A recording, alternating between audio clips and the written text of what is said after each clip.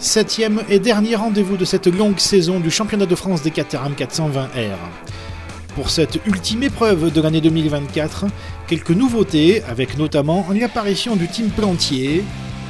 Le team manager Jérôme Plantier, qui pilotait pour l'occasion, était venu préparer 2025 en compagnie de son staff et de son pilote Philippe Lenoir.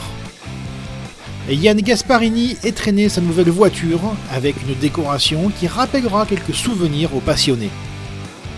Quelques pilotes faisaient leur retour également, notamment avec Colin Bourreau.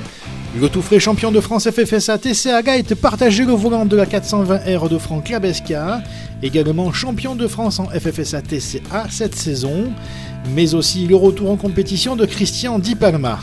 Celui qui a longtemps animé les pelotons de la Road Sport préparait aussi 2025, mais cette fois-ci en 420R, rejoignant son camarade du Sud-Ouest Thomas Monjallet.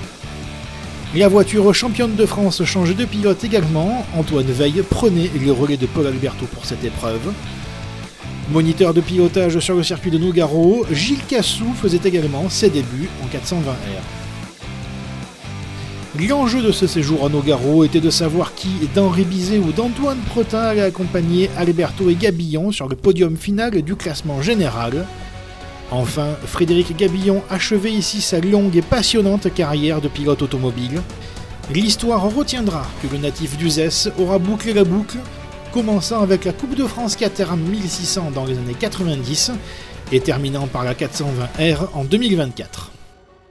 Pour la première séance qualificative, Veil s'illustrait en signant le meilleur temps devant Frédéric Gabillon pour seulement 1/10 d'écart.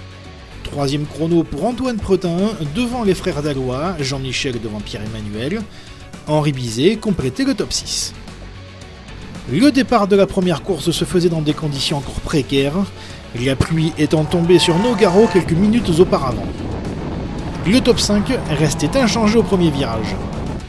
Pierre-André Nicolas réalisait un bon départ, à l'instar de son équipier Bizet en délicatesse lors de ce premier tour. Le trio de tête emmené par Veil s'échappait rapidement, laissant deux des trois frères Dallois tenter de contenir la pression de nombreux autres pilotes. Coup dur pour Bizet et Farine, les deux équipiers s'accrochaient au virage de l'école. Ils pouvaient néanmoins repartir, mais en fond de peloton. Colin Bourreau se reprenait également après un premier tour difficile, qui voyait le jeune pilote, dont on espère toujours en programme en 420R l'année prochaine, revenir dans le top 10 rapidement.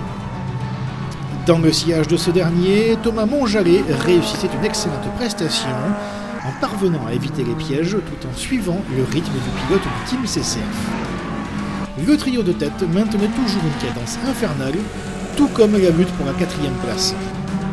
Henri Bizet, lui, continuait ses efforts de remontada au cœur du peloton.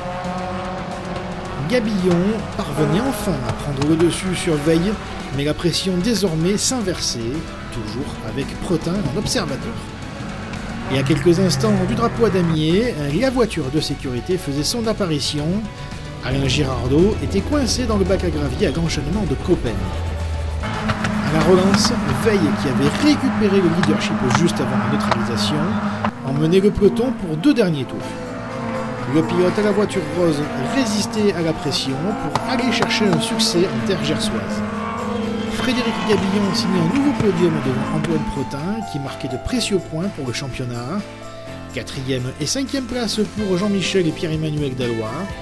Belle performance de Pierre-André Nicolas 6e devant Nicolas Béraud, Alexandre Maignan, Colin Bourreau et Thomas Monjallet, excellent 10e sur cette aire. Olivier Loy remportait le classement des sexygénaires devant Gilles Cassou et Frédéric Attia. La deuxième séance de qualification était cette fois-ci dominée par Frédéric Gabillon. L'élégant pilote du team CCF rendait l'appareil de la Q1 à Veil, avec un écart infime en faveur du Gardois. 3e temps pour Pretin, devant Jean-Michel Dallois, et la 3e ligne était partagée par Labesca et Farine. Pour cette dernière course de la saison, le départ était très mouvementé. Senard manquait son freinage et provoquait le chaos, mais plus de peur que de mal. En plus du pilote CCF, Plantier, Devos, Cassou et Bompard devaient se retirer prématurément. Après une longue neutralisation, la meute était relâchée toujours emmenée par le duo Veil-Gabillon, suivi par Labesca à hauteur d'un excellent envol et Pretin. Sur une piste totalement sèche, le rythme affiché par les pilotes était sans retenue. Le jeu des aspirations dans la ligne droite de l'aérodrome permettait de voir de réguliers changements de leader, Gabillon et Veille tentant de s'échapper. Parti 10e, Henri Bizet remontait petit à petit jusqu'à la 6e place et poussait pour s'accrocher au duo Labesca-Nicolas, ce dernier étant décidément très à l'aise sur ce circuit.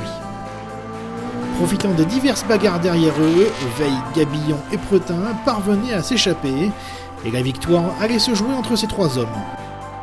Le pilote de la numéro 1 tenait bon et passait de nouveau le drapeau à Damien en vainqueur devant Gabillon et Pretin.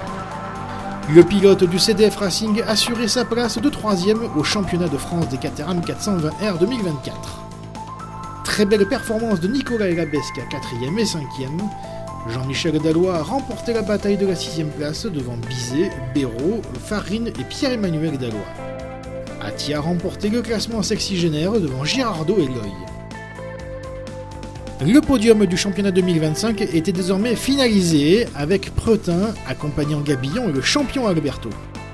Chez les sexygénaires, on connaissait également le podium avec Verlaine champion devant Attia et Loy. Une année passionnante avec un niveau de pilotage en piste toujours aussi impressionnant. Avec de nouvelles équipes et pilotes venus se tester lors de cette dernière épreuve, la saison 2025 a tout pour être exceptionnelle. N'oubliez pas de vous abonner et nous suivre sur nos différents réseaux sociaux Facebook, Instagram et YouTube, et retrouvez toute l'actualité du championnat sur notre site caterhammotorsportfrance.fr. Salut à tous!